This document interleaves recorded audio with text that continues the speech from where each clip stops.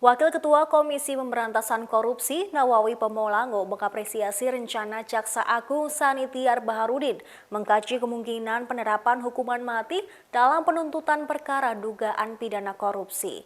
Namun menurut dia, kajian ini percuma jika hanya ungkapan-ungkapan sepihak yang menjadi gayung tak bersambut. Jika demikian, menurut Nawawi, wajar jika kemudian banyak pihak menuding KPK dan Kejaksaan Agung hanya sekedar permainan gimmick.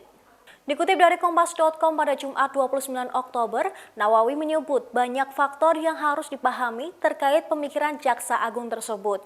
Menurut dia, jika yang dimaksud oleh Jaksa Agung mungkin terletak pada tatanan kewenangan penuntutan, sebab domain hukuman mati berada pada pengadilan. Selain itu, menurut dia, instrumen perundangan tindak pidana korupsi di Indonesia terdapat pembatasan pada keadaan tertentu untuk kemungkinan penuntutan dan penjatuhan hukuman mati. Misalnya, korupsi yang terjadi saat adanya bencana alam.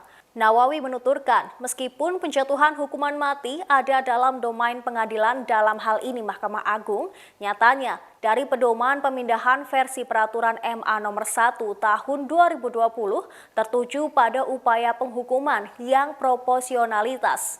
Menurut Nawawi, KPK sendiri sejauh ini telah menjadikan Perma nomor 1 tahun 2020 sebagai salah satu pedoman dalam langkah penuntutan.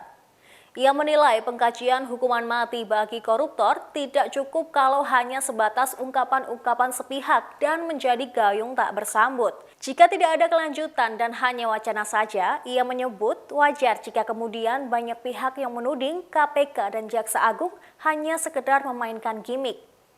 Adapun kajian hukuman mati untuk mega korupsi itu, Baharudin merujuk pada perkara-perkara korupsi besar yang ditangani oleh Kejagung, seperti perkara korupsi PT Asuransi Jiwasraya dan PT Aksabri yang menimbulkan kerugian keuangan negara yang besar. Pusat Penerangan Hukum Kejaksaan Agung Leonard Ebenhazer Simanjuntak mengatakan, selain menimbulkan kerugian keuangan negara, Jaksa Agung mempertimbangkan dampak luas yang diakibatkan dari perkara korupsi. Adapun kerugian keuangan negara dalam perkara tindak pidana korupsi PT Aksabri mencapai 22,78 triliun rupiah.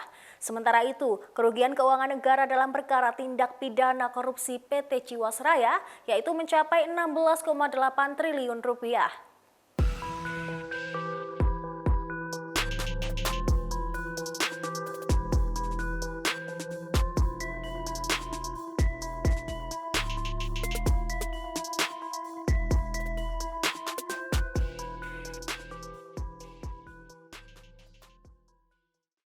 Sekian informasi Wiki Update kali ini. Nantikan informasi lainnya hanya di kanal YouTube Tribun News Wiki Official. Terima kasih sudah nonton. Jangan lupa like, subscribe, dan share ya.